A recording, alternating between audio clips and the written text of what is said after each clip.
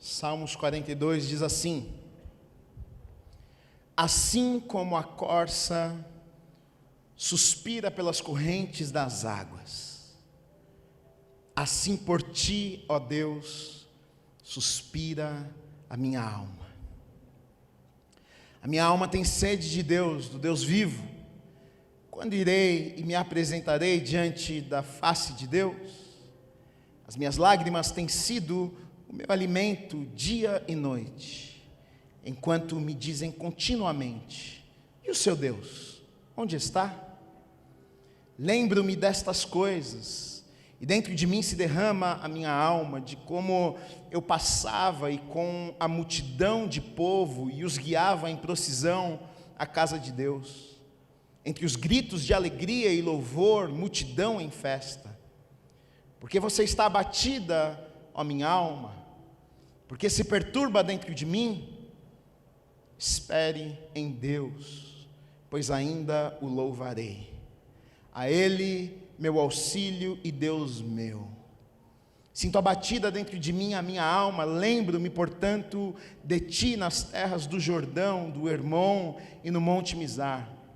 Um abismo chama outro abismo, ao ruído das tuas cachoeiras, todas as tuas ondas e vagas passaram sobre mim.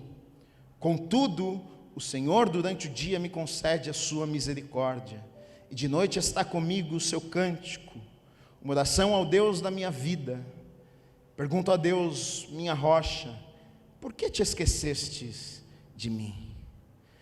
Por que hei de andar eu lamentando sob a opressão dos meus inimigos?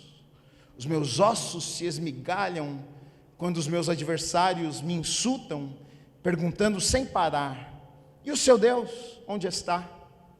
Porque você está abatida, ó minha alma? Porque se perturba dentro de mim?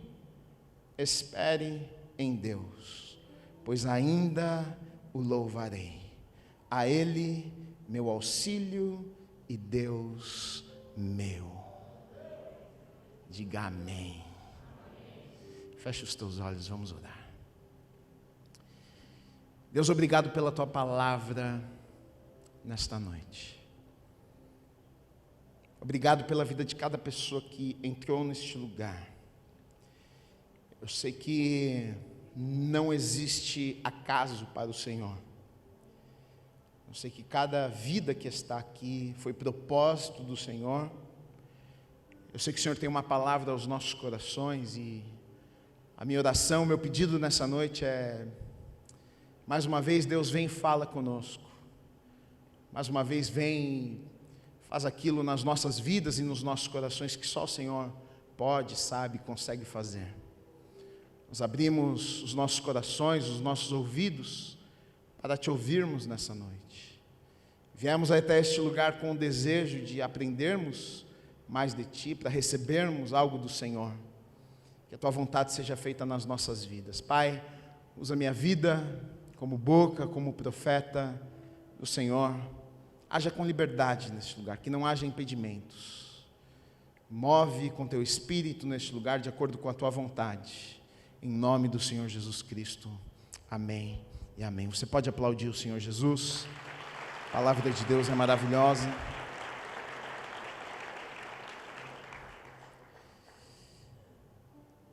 Nós lemos aqui um salmo. Salmo 42. Não sei se você está com a sua Bíblia aí, e não sei se você sabe disso também, mas os salmos, eles são divididos em várias partes, na verdade, vários livros dentro de salmos. Salmos é um livro bem comprido na Bíblia, e ele tem várias partes. Se você reparar na tua Bíblia, você vai ver, em algumas versões está parte 1, parte 2, parte 3, em 5 partes, ou 5 livros. E esse salmo que nós lemos aqui, ele é o início, o começo do segundo livro, né? E se você reparar, antes desse salmo começar, vai estar escrito, por exemplo, na minha versão, depende da versão, está escrito algumas coisas, mas ele está escrito assim, olha: salmo didático dos filhos de Corá, ou que seria salmo de instrução, né, dos filhos de Corá, ou depende da versão, vai falar dos filhos de Coré, Coré. a mesma coisa, depende da versão. Então, o que nós sabemos aqui é que esse salmo, ele foi um salmo escrito pelos filhos de Coré, pelos filhos de Corá. Ok, então já sabemos quem que escreveu este salmo. Agora, quem foi Coré? Coré, não sei se você sabe da história, se você se lembra, Coré foi um sacerdote no tempo de Moisés, quando Moisés está com o povo de Israel, tirando o povo do Egito, milhares de pessoas indo rumo à terra prometida, e no deserto, aquele bando de gente, e a Bíblia vai nos contar em Números, no capítulo 16, que Coré, Datã e Abirão, todos estes eles eram sacerdotes, eles se rebelaram, na verdade, contra Moisés. Eles fizeram uma rebelião lá no meio do povo. E fizeram rebelião porque eles ficaram com ciúmes, inveja, porque eles começaram a dizer, por que é que Deus fala só com Moisés? Isso não é assim que funciona. Deus fala conosco também, Deus pode falar conosco também, porque naquele tempo Deus vinha, falava com Moisés, e Moisés transmitia a mensagem para o povo, e aí eles ficam com inveja daquilo, eles dizem, não, também Deus fala com a gente também pode ser o porta-voz de Deus aqui, e eles começam a causar um rebuliço no meio do povo, causar uma confusão, e rebelião, e muita gente começa a realmente concordar com eles. Realmente, por que Moisés é o porta-voz de Deus? Quem diz que Moisés é o líder mora aí? Ele se acha o cara, e começou uma confusão, só que Deus odeia rebelião, e aí Deus manda reunir o povo. Resumindo a história, Deus manda reunir o povo, e aí está todo mundo reunido lá, e aí Deus fala algumas coisas, faz algumas coisas lá, mas no final das contas o que acontece é que Deus abre uma rachadura no chão lá, a terra se abre, Coré, Datã e Abirão, estes 3 sacerdotes levitas, eles caem nesse buraco, eles são consumidos pela terra, e não apenas eles, mas 250 homens, os príncipes, que também provavelmente estavam na rebelião com eles, foram consumidos ali pela terra e morreram. Só que o que nós vamos ver é que Coré morreu, alguns homens morreram nesse dia, mas os filhos de Coré não morreram, porque a gente vai ver um pouco à frente, por exemplo, mesmo em Números, no capítulo 26, a gente vai ver que fala sobre os filhos de Coré, que na verdade eles se tornaram os cantores em Israel. Então eles se tornaram cantores lá na nação de Israel, os filhos de Coré. Por exemplo, em 2 Crônicas, quando fala lá daquela batalha que o rei Josafá, Deus dá ordem dizendo para colocar os cantores à frente da batalha, louvando e cantando que eles iriam vencer a batalha só adorando a Deus. O texto diz que os levitas, aqueles que foram cantando à frente, eram os coraitas, ou seja, os filhos de Coré. Então eles não morreram, eles tinham a função de cantar, eles eram os cantores ali na nação de Israel, eles tinham essa função, né? Há um questionamento de sobre quem, na verdade, foi este salmo. Nós sabemos que os filhos de Coré, porque o texto já começa nos dizendo que foram eles que escreveram este salmo, mas há uma discussão sobre quem foi esta pessoa sobre a qual eles escreveram. Quem que foi? Alguns teólogos, alguns estudiosos discutem sobre isso. Uns falam que pode ter sido Davi, né? Naquele momento que Davi foge, ele é traído pelo seu filho Absalão, e ele foge, vai morar numa caverna, e alguns acham que podem ter sido Davi nesse momento da vida dele, porque ele, junto com ele ali, ele tem os filhos de Coré com ele, então os filhos de Coré estavam com ele e viram toda a situação que ele passa, viram a aflição dele, o dia mal dele, e aí então eles é como se estivessem contando a história que eles viram que Davi viveu. Outros dizem acreditam que isso tenha acontecido no tempo do exílio de Israel, quando foi levado para a Babilônia. E até argumentam porque o texto que nós lemos tem um momento que diz assim, que diz que o salmista que diz que sente saudade do tempo que ia à casa de Deus e se alegrava na casa de Deus, ou seja, eles alegam dizendo, então significa que essa pessoa, ela estava impossibilitada de ir ao templo, não podia ir ao templo. Isso aconteceu quando Israel foi exilado, isso aconteceu quando o povo foi levado para a Babilônia no exílio. O templo foi destruído, eles não tinham mais a casa de Deus, eles não tinham mais o templo, eles não podiam mais, então eles sentiam saudades de adorar a Deus na casa, no templo, que era o lugar, a habitação da casa de Deus. Davi também, eles dizem que o argumento para essa passagem aqui é que no caso de Davi, ele estava falando na verdade do tabernáculo, que também no tempo de Davi, como não tinha ainda o templo, do tabernáculo, ele sentia falta de estar no tabernáculo, o lugar onde era ali a habitação de Deus também. De qualquer forma, a gente não tem certeza quem é essa pessoa. Pode ser Davi, pode não ser, mas uma coisa nós sabemos: essa pessoa aqui está vivendo uma crise terrível. Essa pessoa aqui está passando por momentos difíceis na sua vida. Ela está vivendo dias de choro, dias de lágrimas, dias extremamente difíceis. Olha a declaração que o salmista faz: as minhas lágrimas, no versículo 3, as minhas lágrimas têm sido o meu alimento dia e noite, enquanto me dizem continuamente, e o seu Deus onde está? No versículo 10 diz assim: os meus ossos se esmigalham, quando os meus adversários me insultam, perguntando sem parar, e o seu Deus onde está?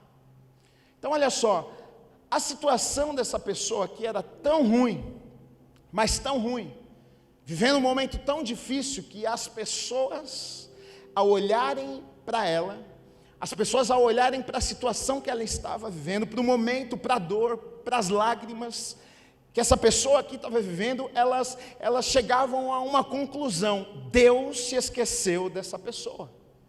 Porque a declaração dessas pessoas era o seguinte: cadê o seu Deus? Aonde está o seu Deus?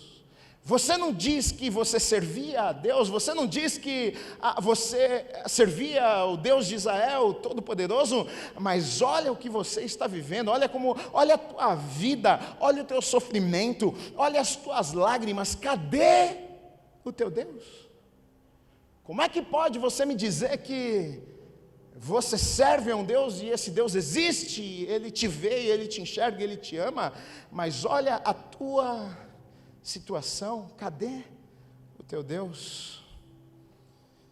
Que coisa triste. Agora, sabe qual que é o grande problema? O grande problema é que, quando geralmente estamos passando por situações difíceis nas nossas vidas, situações de muita tristeza, de lágrimas, de problemas muito grandes e sérios, geralmente é exatamente isso que acontece. O que acontece, Gui? A gente deixa de ver Deus. Essa pergunta a gente faz para nós mesmos: cadê Deus? Parece que Deus desapareceu, parece que Deus sumiu, parece que Deus não ouve as nossas orações, parece que Deus não está na nossa história, parece que Deus não nos ama, parece que Deus virou as costas para nós. Parece que Deus não está ouvindo o nosso clamor, parece que Deus não se importa conosco. E muitas vezes, na verdade, nos piores momentos, é exatamente este o sentimento que nós temos, é exatamente esta sensação que nós temos. E pior do que isso, como essa pessoa, o salmista aqui está vivendo, está experimentando, além de estar sentindo isso, de não estar vendo Deus nessa situação difícil que ele está enfrentando, pior do que isso, é as pessoas olharem para ele e insultarem e dizerem: olha, cadê o teu Deus? Pior do que você não ver Deus, é alguém que talvez nem sirva a Deus, olhar para você que serve a Deus, num momento difícil da tua vida, de crise, olhar para você e falar: ué, cadê o Deus que você serve? Onde é que está o teu Deus? É um familiar que sempre foi contra você servir a Deus?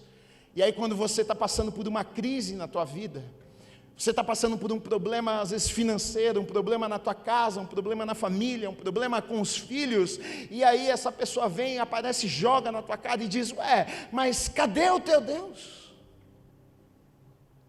Ele se esqueceu de você? Você viveu tantos anos para esse Deus, agora ele te abandonou? Cadê o seu Deus?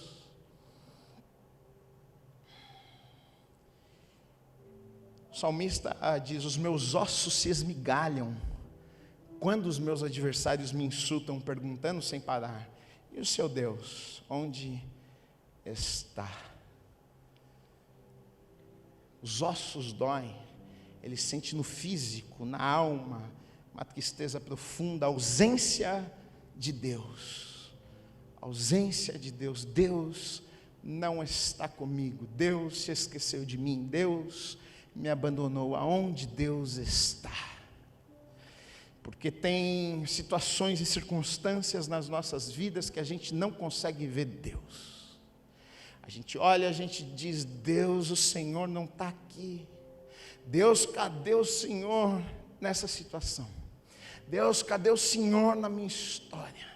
Deus, o Senhor me abandonou, é isso. Deus, o Senhor me deixou aqui no meio dessa situação. Deus, o Senhor abriu mão de mim. Tem momentos das nossas vidas que a sensação que a gente tem é que Deus abriu mão da gente e esqueceu de nós e nos abandonou e nos deixou lá no meio do caminho. Agora, o problema é que quando isso acontece, quando a gente faz essa pergunta, quando a gente nos fazem essa pergunta e não encontramos resposta, aquele momento que a gente não tem nem o que responder, alguém pergunta: cadê o teu Deus? Nem você sabe. Não sei, eu estou tentando achar também, estou procurando, cadê Deus nessa história? E quando isso acontece, é o que aconteceu aqui com o salmista.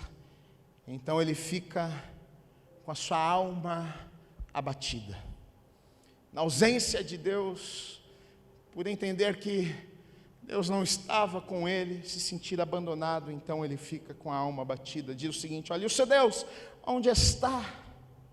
No versículo 11 diz assim: por que você está abatida, ó minha alma? Por que se perturba dentro de mim? No versículo 13 ele diz: as minhas lágrimas têm sido o meu alimento dia e noite. Dia e noite eu choro, a minha alma está aflita, a minha alma está abatida. Ou seja, eu não encontro Deus, não sei onde está. Eu estou com a minha alma abatida, eu estou com a minha alma aflita, me sinto abandonado, me sinto esquecido. Agora, eu acredito que a maior guerra e a maior luta que enfrentamos em momentos assim, não é contra tudo e todos e contra um mundo, e contra aqueles até que nos insultam, como é o caso aqui, e questionam cadê Deus e toda essa história. Mas eu acredito que a maior luta aqui, na vida desse homem aqui e nas nossas vidas, é uma luta que acontece de maneira interna, é uma luta que eu e você precisamos lutar com a gente mesmo. Porque o salmista aqui, ele vai se questionar, ele vai se perguntar, ele vai dizer o seguinte: olha, por que você está abatida, ó minha alma? Por que se perturba dentro de mim? Ele está com uma guerra acontecendo na sua vida, muitas coisas passam na sua cabeça, ele sabe de promessas, ele se lembra de várias coisas, ele se lembra de coisas boas, ele sabe, ele declara que Deus é auxílio, ele declara, ele sabe das coisas, mas ele olha para dentro dele e ele tem um questionamento, ele se pergunta: por que você está abatida, minha alma? Por que você se perturba? perturba dentro de mim. É como se ele não acreditasse, é como se ele tivesse... se ele naquele momento não se questionasse, se ele não se perguntasse o que está acontecendo, por que você está assim, ninguém talvez iria acreditar mais nele naquele momento. Na verdade, ao contrário disso, as pessoas o insultavam dizendo: cadê o teu Deus? Você vai viver assim para o resto da sua vida. Mas naquele momento a luta na verdade era com ele mesmo. Ele olha para dentro de si e ele diz: minha alma, por que está assim? Por que você está abatida? O que é que está acontecendo? E olha o que acontece aqui. Eu vejo que talvez seja uma das maiores lições para mim e para você. Me chama a atenção porque esse homem, não sei se é homem, mas a gente acredita que essa pessoa aqui, ele faz algo extraordinário. Ele olha para dentro, ele olha a sua alma e questiona por que está batida, por que está assim. Aí ele faz algo. No versículo 5 diz assim: porque você está batido, a minha alma, porque se perturba dentro de mim. Aí então ele diz: espere em Deus, pois ainda o louvarei, a Ele meu auxílio e Deus meu. Olha só o que ele faz. Sabe o que ele faz? Ele prega para ele mesmo. Sabe qual é o maior pregador na tua vida? É você mesmo. Deve ser você mesmo. Achei que era você que pregava aqui de domingo e terça-feira. Não, porque eu não estou na tua quarta, na tua quinta, na tua sexta, no teu sábado. Não estou quando você está de férias. Não é o pregador que você ouve no YouTube, é você mesmo. Ele na aflição, na angústia, na dificuldade, no problema, sem saber, ele pega e ele prega para ele mesmo. Ele olha para dentro e questiona: por que é que a minha alma está assim? Por que é que eu estou aflito? Por que é que eu estou passando por isso? Por que esse desespero? Então ele vai e ele prega e diz: espere em Deus, pois ainda o louvarei, a Ele meu auxílio e Deus meu.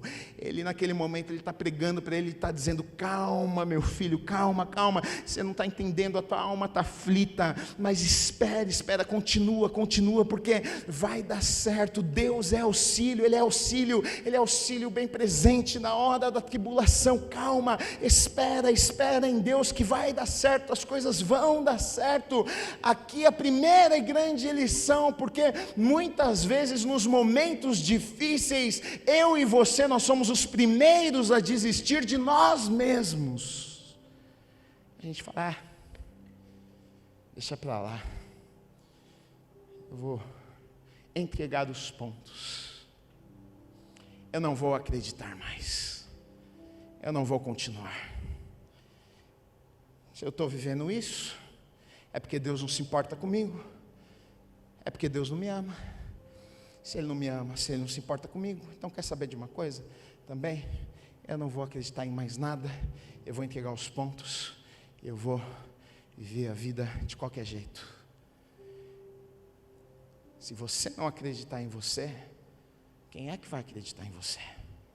Se você não lançar palavras de fé sobre a tua vida, quem é que vai lançar palavras de fé sobre a tua vida? Tem momentos, queridos, que a gente precisa lançar palavras mesmo que a gente não esteja vendo nada. É o contrário de tudo. Você está se sentindo para baixo, mas você fala. Você está vendo que não tem saída, mas você fala que tem saída. Você está vendo que não tem jeito, mas você fala que tem jeito. Se você não acreditar, quem é que vai acreditar? As pessoas insultando, dizendo: cadê Deus? Mas ele diz: espera minha alma, espera, o meu auxílio vai vir, o meu Deus vai vir e vai trazer auxílio, vai me ajudar e vai me tirar desta situação. E aqui, nesse salmo aqui, essa pessoa, através do salmo a gente pode encontrar princípios, na verdade, maravilhosos para que a gente possa vencer em dias difíceis. Porque a verdade é que não tem ninguém que não passe por dias difíceis. Todos passamos. E o grande problema, sabe qual é? O dia difícil, a gente não escolhe. Ele te escolhe. Não é você que escolhe o dia difícil, é Ele que te escolhe. Que tragédia, né? Não é você que vai lá: opa, deixa eu viver um dia difícil aqui, que hoje eu estou bom, hoje eu estou forte, estou firme, eu vou passar por cima dele. Não. Às vezes Ele te pega no momento que você está mais vulnerável. Às vezes Ele te pega no momento que você está menos preparado. Te pega de surpresa. O dia difícil chega para todo mundo, choro, lágrima, crise, coisas que não estávamos esperando, chega para todos. Então, na verdade, a palavra de Deus é carregada de princípios para que, é como se fosse um armamento para que a gente pudesse usar, para que a gente não morra no dia da dificuldade, para que a gente atravesse, para que a gente sobreviva. Esse salmista aqui, ele faz uma pergunta no versículo 9. Ele faz uma pergunta, ele diz o seguinte: por que te esqueceste de mim? Por que te esqueceste de mim? E aqui, a primeira grande lição. Qual que é a primeira grande lição? Porque olha a pergunta dele: por que te esqueceste de mim? Então, naquele momento de dificuldade da vida dele, naquele momento sombrio, naquele momento que as coisas estão de ponta cabeça, qual que é a conclusão que ele chega? Deus se esqueceu de mim. A primeira lição para mim e para você é o seguinte: no dia favorável, no dia bom, no dia que está tudo tranquilo, aprenda algumas coisas, para que no dia da dificuldade, você se lembre daquilo que você aprendeu. Ou seja, olha a pergunta dele: por que te esquecestes de mim? E isso acontece comigo e com você. No dia da dificuldade, o que acontece? Parece que a gente tem uma amnésia. Parece que a gente se esquece das verdades que aprendemos nos dias bons, nos dias tranquilos. Que pergunta é essa? Porque se esqueceste de mim? A minha pergunta para você é o seguinte: Deus se esquece de alguém? Deus tem falha de memória? Deus tem amnésia? Deus se esquece de seus filhos? Deus abandona seus filhos no meio do caminho? Não. Ele não se esquece, Ele não abandona, Ele não deixa para trás, Ele cumpre a sua palavra, Ele cumpre as promessas, Ele é fiel. E tudo isso, o problema é que muitas vezes no dia da adversidade, a gente se esquece e a gente faz perguntas como essas. Então, o primeiro princípio: lembre-se do que você aprendeu nos dias bons, nos dias tranquilos, e traga para os dias de tempestade, traga para os dias difíceis. Você pode não enxergar, você pode não estar sentindo Deus, você pode não estar ouvindo Deus, você pode não estar vendo Deus, mas você vai lá e você traz, você diz: não, eu sei que eu não estou vendo Deus, porque existem escamas nos meus olhos, os problemas são como escamas nos meus olhos, que estão me impedindo de ver Deus, estão me impedindo de ouvir Deus, mas eu sei que Deus continua no controle, eu sei que Deus tem promessas para a minha vida, eu sei que Deus não é homem para mentir, eu sei que Deus vai cumprir aquilo que Ele falou. É o que diz em Isaías 49:15, o Senhor responde: será que uma mulher pode se esquecer do filho que ainda mama, de maneira que não se compadeça do filho do seu ventre? Mas ainda que esta viesse a se esquecer dele, eu porém não me esquecerei de você. Olha só que coisa poderosa. Então, no dia bom, no dia tranquilo, eu leio Isaías 49:15, e no dia mau, quando eu não estou vendo Deus, eu trago essa palavra para a minha vida e digo: olha, uma mãe pode se esquecer do filho que amamenta, uma mãe pode abandonar um filho, mas eu sirvo a um Deus que mesmo uma mãe fazendo isso, Ele não se esquece dos seus filhos, de forma alguma, Ele não abandona os seus filhos. Eu não estou vendo Deus, eu não estou sentindo Deus, mas eu sei que Deus não se esqueceu de mim, e Ele não me abandonou. Eu trago para os dias maus. E o ser humano tem esse mal de, no dia mau, a gente esquece de tudo. A gente tem amnésia, a gente esquece da promessa, esquece da palavra, esquece que Deus falou, esquece do sonho que Deus colocou, esquece de tudo. Eu gosto de uma passagem que está em Abacuque, no capítulo 2, versículos 2, 3, 4. Deus está falando com Abacuque, Deus dá uma visão a Abacuque para o povo de Judá. E E Deus fala para Abacuque: olha, Abacuque, escreve a visão que eu vou te dar. E aí Deus dá uma instrução e diz: escreve em tábuas bem grandes o que eu vou falar com você. E Deus diz: escreve em tábuas bem grandes, para que, até que se o povo passar pelas ruas, correndo, que as pessoas consigam ler o que está escrito nestas tábuas, a visão que eu dei para vocês. Porque Deus disse para Abacuque o seguinte: olha, o tempo pode passar, muitas águas podem rolar, muitas coisas podem acontecer, e o tempo e as circunstâncias podem fazer com que vocês se esqueçam do que eu falei com vocês. Vocês podem se esquecer, vocês podem desanimar, vocês podem desacreditar. E aí ele diz o seguinte: ainda que tarde, ainda que pareça que eu não vou vir, ele diz o seguinte: olha, eu vou vir, eu não tardarei, eu vou cumprir a promessa, a visão que eu estou dando, escreva a visão, porque aquilo que eu estou falando vai se cumprir. O problema nas nossas vidas é que muitas vezes na crise, Deus sabe disso, na crise, no momento difícil, no momento da adversidade, a gente se esquece de tudo que Deus já falou conosco, a gente se esquece de tudo que Deus já colocou no nosso coração, a gente se esquece de todas as promessas que Ele tem para as nossas vidas. Por isso, querido e querida, tem hora que a gente precisa fazer isso mesmo, como Deus falou com Abacuque: meu filho, escreve a visão, pega a tábua. Tem hora que a gente precisa fazer isso de forma literal mesmo. A gente precisa pegar um papel e pegar uma caneta e escrever. Tem momento da nossa vida que a gente precisa fazer isso e escrever 10 bilhetes, 20 bilhetes, versículos, promessas de Deus para as nossas vidas, e cola no espelho do banheiro, cola na geladeira da casa, cola no painel do carro, cola na cabeceira da cama, porque a gente fica cego: eu não estou vendo Deus. Mas aí você vai tomar um banho e você bate no espelho: mas Deus é auxílio, é socorro, bem presente na hora da tribulação. Deus tem promessas para a minha vida. A mãe pode abandonar um filho, mas Deus não me abandona, Deus não me desampara.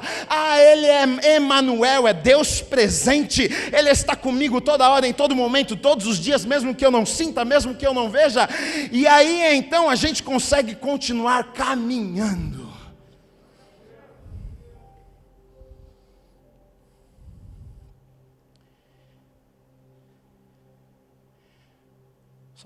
O salmista fala mais uma coisa, que no versículo 7 ele diz o seguinte: um abismo chama outro abismo, ao ruído das tuas cachoeiras, todas as tuas ondas e vagas passaram sobre mim.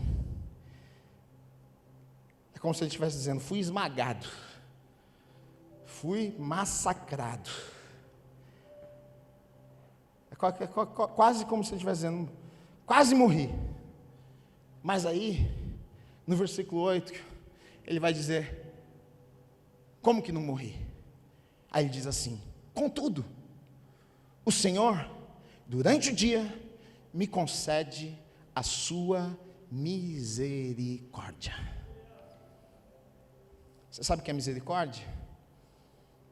Misericórdia é Deus não dar a você aquilo que você merece. O que você merece? Você merece juízo. Você merece pagar o teu pecado. Você merecia pagar pelo teu pecado, pelos teus erros, tuas falhas.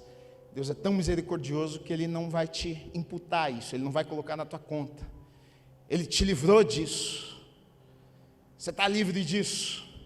O salmista reconhece isso. Ele vai dizer o seguinte: olha, eu fui assolado, passou um trator em cima de mim, é como se as águas tivessem me esmagado e passado por cima de mim. Contudo, o que me mantém vivo, ele diz, durante o dia, me concede a sua misericórdia. Ou seja, as coisas deste mundo podem vir e pode me afligir, mas aquele que pode tirar a minha vida tem agido com misericórdia para comigo. Aquele que pode dizer sim e não, aquele que tem a palavra final, esse sim, a misericórdia dele tem se renovado todos os dias sobre a minha vida, e é isso que me mantém vivo, e é essa convicção, e é essa certeza que eu preciso caminhar todos os dias. Querido e querida, você pode passar por qualquer dificuldade nessa vida, você pode enfrentar qualquer inimigo nessa vida, você pode chorar, você pode ter aflição, mas eu e você precisamos saber de uma coisa: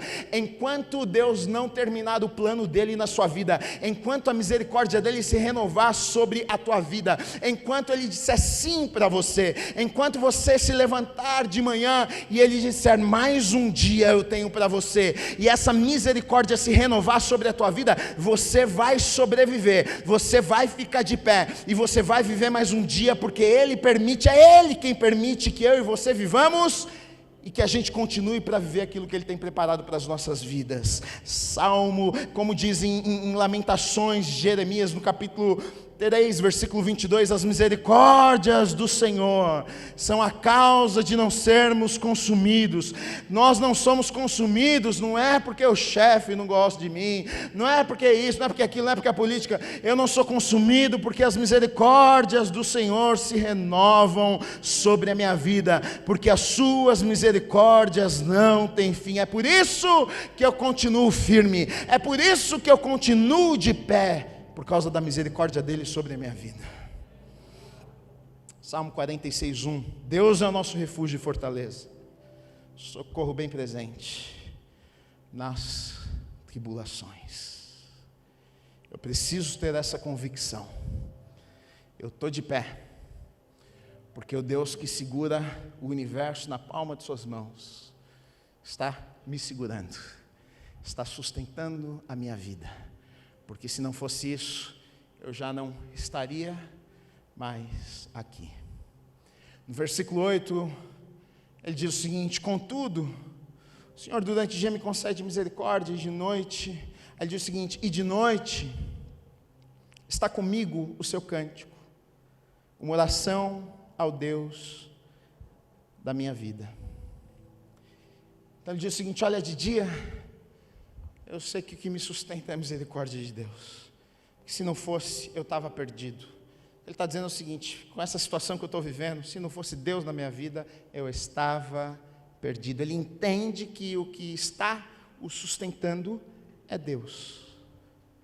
Aí ele diz o seguinte: à noite, quando a noite chega, eu canto, e do meu canto eu faço palavras, e eu oro a Deus, e o meu cântico é como se eu estivesse fazendo uma oração a Deus.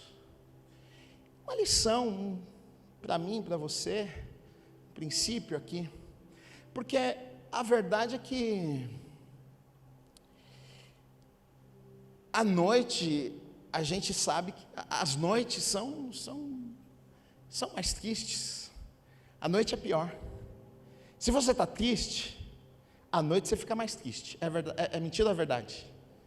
Você está triste, o dia você ainda faz coisas, lá de dia, não sei o que, tal. Chega de noite, você deita na tua cama, você estava triste, mas agora você está muito triste, e você apaga a luz do quarto, e fica aquele escuro, você com você mesmo, e aí você dá uma olhadinha na janela, tudo escuro na rua, não sei o que acontece, mas parece que a tristeza multiplica, parece que aquela aflição no coração, aquela tristeza aumenta, e ele está dizendo: olha, nas noites que meu coração ficava aflito, talvez desesperado, ele diz, eu cantava cânticos, eu entoava louvores. Na verdade ele está fazendo aqui o que Paulo e Silas fazem quando estão dentro de uma cela, quando estão presos, no pior lugar talvez que uma pessoa poderia estar, mas eles não permitem que o lugar amolde eles. Eles decidem mudar a atmosfera do lugar que eles estão, e é exatamente o que está acontecendo aqui, e é exatamente o que pode acontecer na minha vida e na sua, porque passar pelo problema a gente não escolhe, mas a gente pode escolher como a gente passa pelo problema. O problema chegou e você não teve jeito, chegou, você está vivendo, mas você pode mudar a atmosfera desse problema que você está vivendo. Você pode fazer diferente com esse problema. Você pode chegar na tua casa à noite e ficar lá e colocar a música triste e ficar lá chorando. Ou você pode fazer diferente. Eu vou cantar um cântico, eu vou adorar a Deus, mesmo sem vontade, porque a vida do crente é assim, a gente faz sem vontade. A gente faz isso, é fé. Fé não tem a ver com vontade, com sentimento. Eu não estou com vontade, mas eu faço mesmo assim. E eu faço porque eu creio. Eu canto porque eu sei que tem um Deus que está me ouvindo, que está recebendo o meu louvor. Eu não quero cantar, não estou com vontade de cantar. Eu estou triste, eu estou com a minha alma abatida, mas eu canto mesmo assim. Gui, eu não quero orar, eu sinto que Deus me abandonou, mas eu oro mesmo assim, porque eu acredito que Deus está me ouvindo. Eu não estou sentindo, não estou vendo, eu acho que na minha cabeça vem pensamentos de que Ele não está me ouvindo e Ele não está me vendo, mas eu creio, e eu oro, e eu canto, e eu faço porque eu creio, é uma convicção no meu coração de que Ele está me ouvindo, e com certeza eu mudo a atmosfera, eu mudo a maneira que eu passo por essa fase, essa estação.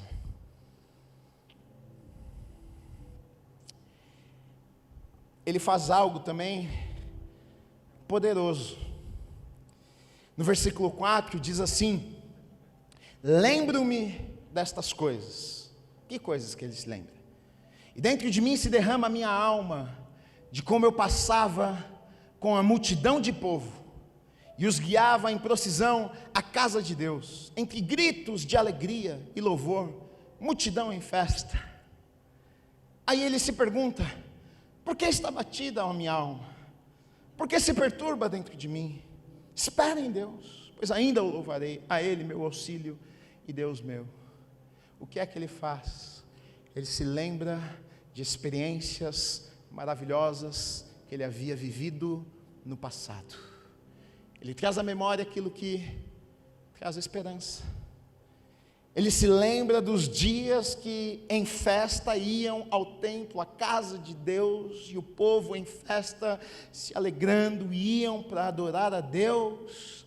E ele se lembra disso, e aquilo enche o seu coração tanto que ele olha para dentro de si e diz: por que você está abatida, minha alma? Por que você está assim aflita? Por que você está assim cansado, desesperado? E aí ele fala e ele prega para ele mesmo, trazendo à memória aquilo, algo bom do passado. Ele prega para ele mesmo e diz o seguinte: olha, espera em Deus. É como se ele estivesse dizendo: calma, eu ainda vou viver mais uma vez, eu ainda vou chegar lá mais uma vez.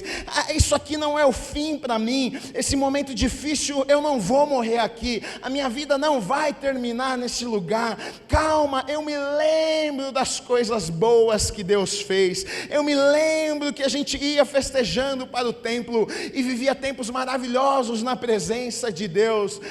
Calma, minha alma. Sabe por quê? Porque Deus, Ele é o mesmo ontem, hoje e eternamente.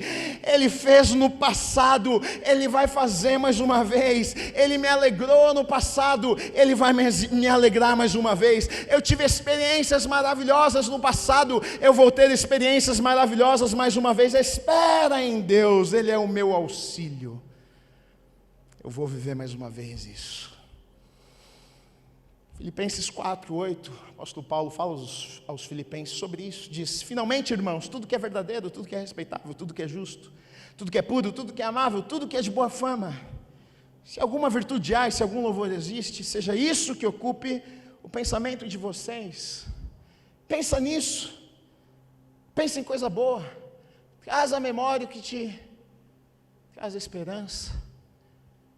Está passando por um momento difícil e só fica pensando em coisa ruim. Você não controla o momento difícil que você está passando, mas eu vou te dizer uma coisa: a gente pode manipular as nossas emoções. Sabia disso? A gente manipula as nossas emoções. Prova. Assiste um filme triste. O que acontece? Você fica triste. E o pior de tudo, você sabe que é tudo mentira, que o ator não morreu, que provavelmente nesse momento que você está assistindo o filme, ele está numa festa em Hollywood, se divertindo, e você está em casa, ele morreu.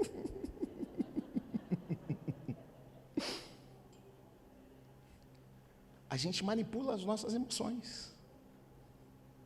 assiste um filme alegre. Você pode estar triste, mas de repente, você até se esqueceu dos problemas. Você está dando risada com o filme.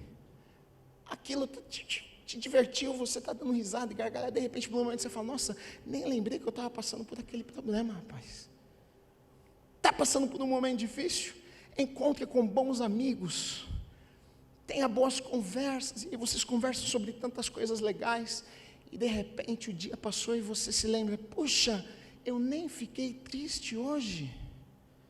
Ou seja, eu manipulo as minhas emoções, os meus sentimentos. Agora, tem pessoa que se entrega. Tem pessoa que diz: eu estou vivendo isso, e eu vou viver, é isso mesmo. Eu vou me mergulhar, eu já estou triste, eu vou colocar um filme bem triste, que é para eu morrer nessa depressão mesmo. Eu estou bem triste, então eu vou ligar para aquele amigo meu, que é o mais deprimido de todos que eu tenho, que eu sei que eu vou ligar para ele, ele vai chorar comigo no telefone, Gui, e nós vamos chorar horas juntos, e vamos morrer de depressão nós dois. Pelo menos nós vamos juntos. Fazer que nem aquela figurinha, né? Você escolhe. O salmista me ensina algo. Ele olha para a coisa: gente do céu, está tarde. Vou terminar agora, em nome de Jesus. Por último, para terminar, busque a Deus. A gente às vezes faz o contrário disso. Nos piores momentos, o que a gente faz? A gente abandona. Nos momentos que a gente precisa mais estar perto de Deus, a gente se afasta, porque a gente vai pelo sentimento. Não estou sentindo. Você está triste? Não vou para a igreja. Está triste? Não vou orar. Estou chateado com a vida? Não vou ler a Bíblia. Está acontecendo uma coisa terrível na minha vida? Eu não vou para o culto. Não quero orar. A gente se afasta de Deus, a gente faz o contrário do que precisaríamos fazer. Olha como é que começa o texto. Assim como a corça suspira pelas correntes das águas, assim por ti, ó Deus, suspira a minha alma. Ou seja, eu estou sedento pelo Senhor, eu tenho sede do Senhor. A minha alma tem sede de Deus, do Deus vivo. Quando irei e me apresentarei diante da face de Deus? O salmista, ele tem sede de Deus, ele quer ver a face de Deus, ele quer se encontrar com Deus, e o segredo está aqui. Sabe por quê? Porque olha o que diz em Salmos 16:11: tu me farás ver os caminhos da vida, na tua presença a plenitude de alegria, à tua direita há delícias perpetuamente. Ou seja, se eu estou na presença, se eu estou pertinho dele, a alegria plena está comigo, porque ele está comigo. Então o que eu preciso em momentos assim não é me afastar de Deus. O que eu preciso em momentos assim é estar mais perto de Deus, é buscar a face de Deus, é orar ainda mais, é ler ainda mais, é tirar um tempo para jejuar, é me santificar ainda mais, é buscar ainda mais a face de Deus. E pode ter certeza de uma coisa: Deus vai encher o teu coração de uma forma sobrenatural. Você vai olhar para os teus problemas, e os problemas muitas vezes não desaparecem assim. Você vai estar vivendo o mesmo problema, mas de forma diferente, uma perspectiva diferente, uma alegria plena. É o que está dizendo aqui: plena é completa, ou seja, que não tem falta alguma. Você está se sentindo completo. Está uma confusão, mas você está completo. Está uma confusão, mas você está feliz. Como é que você está feliz? Sei lá, não sei o que está acontecendo. Eu estou pertinho de Deus, eu estou feliz, eu estou contente, eu estou completo. Nem sei como isso está acontecendo, mas eu estou. Se você buscar a Deus, se você buscar a face de Deus, pode ter certeza que você vai passar por meio das tempestades da vida, você vai passar pelos momentos difíceis, difíceis e você não vai morrer neste lugar. Olha só, a lágrima, o problema, a crise para aqueles que servem a Deus não é um lugar de habitação. Não faça morada nesse lugar. Só para terminar, foi o que eu coloquei aqui. Olha, ele diz: espere em Deus, pois ainda louvarei a Ele, auxílio, meu Deus meu. Aí ele termina aqui, ele coloca um ponto final, ou seja, o lugar de sofrimento na vida do cristão não é um lugar de habitação, porque tem crente que quer morar na dor, tem crente que quer morar no choro. Ó céus, ó terra, eu vou ficar aqui para sempre. Não, querido, chorou, enlutou, sofreu, passou, tem um momento do luto, do choro, de ficar até bravo com Deus, oh Deus, que mas passou, põe um ponto final. É o que ele diz: agora está tudo certo, agora eu vou esperar em Deus, Deus é meu auxílio e está tudo certo. Crise, deserto na vida do cristão é só passagem, não é um lugar onde a gente mora. Então você está passando, passa, meu filho, não fica aí para o resto da vida não. Se não passou, também já te digo isso, quando for passar, passa, mas não fica lá, coloca um ponto final e saiba que Deus, o seu auxílio, Ele vai nos ajudar a passar por esse momento, e nós vamos passar e viver aquilo que Ele tem preparado para as nossas vidas. Você recebe essa palavra nessa noite? Glória a Deus, Deus abençoe sua vida em nome de Jesus. Aplauda o Senhor, pode ficar de pé no seu lugar.